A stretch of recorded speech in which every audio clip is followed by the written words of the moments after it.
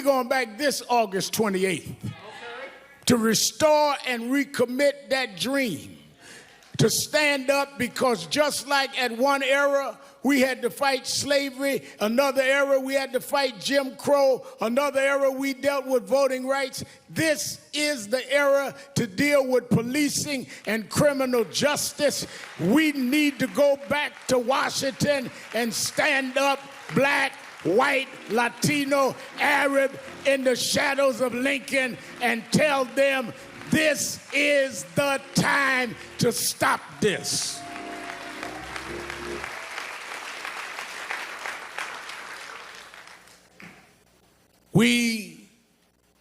Martin and I talked about this. I've asked Reverend Bryant to get the faith leaders together. I talked Randy Weingart about the labor leaders.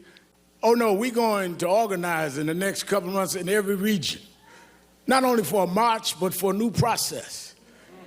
And it's going to be led by the Floyd family. And it's going to be led by the Garner family. And it's going to be led by those families that have suffered this and knows the pain and knows what it is to be neglected. Yeah.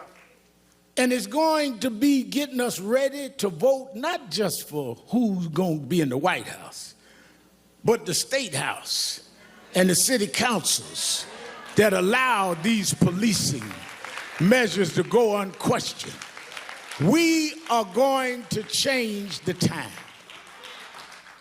Let me say this to the family who has shown such great grace and real level and balanced thinking. And that's why I want them to help lead this. And I think one of the greatest thinkers of our time, Dr. Michael Eric Dyson, I've asked come and speak. We need to break down, because y'all don't know what time it is. Y'all are operating like it's yesterday. And the reason y'all late catching up to what these protests means is because you didn't turn your clock forward. Talking about make America great. Great for who and great when? We gonna make America great for everybody for the first time.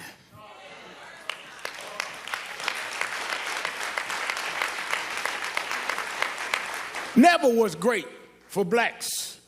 Never was great for Latinos. Wasn't never great for others. Wasn't great for women. Young women had to march to get the right to vote. But lastly is the religious side.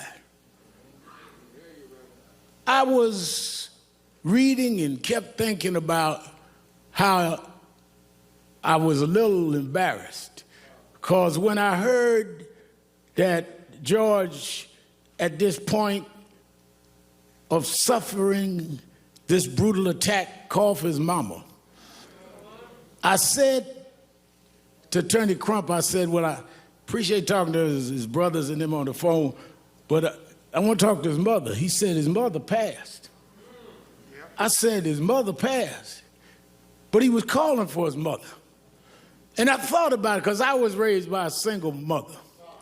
And sometimes the only thing between us and our conditions was our mothers. Yeah. Sometimes the only thing that we had that would take danger away was our mothers. The only ones that would make sure the food was on the table was our mother. I know why George was calling for mama. But then as I had got that all placed in my mind, and I realized why I was always calling her. My mother died 8 years ago, but I still try to talk to her. Sometimes just dial a cell phone to hear the voicemail of her phone that I never cut off. I still want to reach out to mama.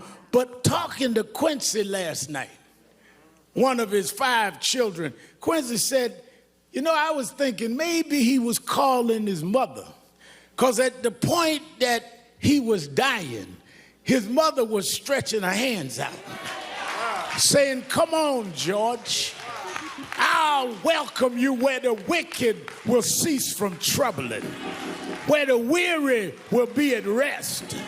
There's a place where police don't put knees on you, George. There's a place that prosecutors don't drag their feet.